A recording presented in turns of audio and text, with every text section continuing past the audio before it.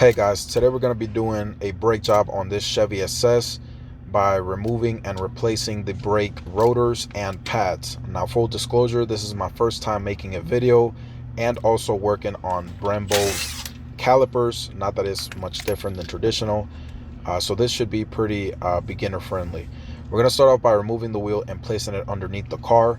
Yes, I know your wheels are nice, but they're not worth as much as your life. So if something fails, the car can fall on top of the wheel. Now we're going to look behind the caliper here, and we're going to find two 18mm bolts.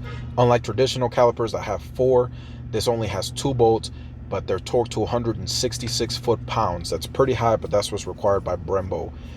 Now my gun couldn't get these out, so I had to move on and manually get them out because they're pretty tight and they're like red Loctited in there. And we're going to go ahead and remove the brake booster reservoir cap so we don't build any excess pressure, and it can be easier to recess those caliper pistons in. Now I'm going to use a screwdriver to pry against the pads, recess those piston calipers in that I was speaking of, and make the caliper removal much easier. You're just going to have to wiggle it out a bit and you should be good. So make sure you're not bending any brake lines. We're going to go ahead and set this on top of the rotor, and making sure that we carefully do this again for the brake lines. Now we're going to get a box, set the caliper on there, and start working on the rotor.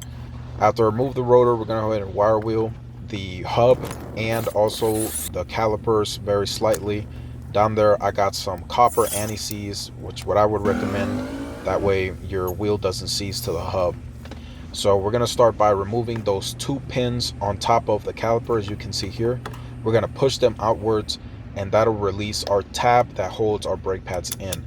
Now you can use a punch or a pin, whatever, to get those out. Now as we pry these out, it's going to be a little bit difficult, so you can get a screwdriver and push that tab in. That way you're able to get that first pin out, and after that the other one should be pretty easy to remove. Now we're just going to lightly wire wheel them to clean them up and repeat the process on the second one. And we're going to remove that tab, and this should release our brake pads. Now pay attention to the orientation of the brake pads, guys. I don't understand how, but people put these on backwards. That's beyond me, but anyway, moving on. So we're going to go ahead and put some brake clean on the hub and the brake caliper. That way we can free all of that stuff of any particulates that are going to go on before that anti-seize. Now these brake pistons, we're going to recess them with a brake piston tool, or you can use a clamp. We just want them flat. This will make the insertion of the brake pads much easier, and also mounting the caliper on the rotor. Now we're going to put that anti-seize on there. Make sure you remove any anti-seize off of the bolts. You don't want to get that stuff on there. We're going to clean our brake rotor, put it on backwards, and then the right way, clean that completely, let that dry, and now we're going to mount our caliper with those two 18mm bolts. Again, remember, 166 foot-pounds.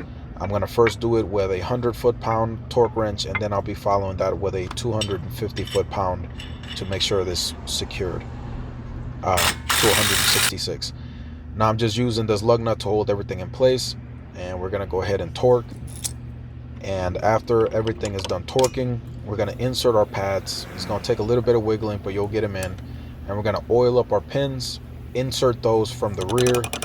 And I recommend you do the bottom pin first. That way when you're inserting the tab, you can actually look through the hole and see where that pin is going.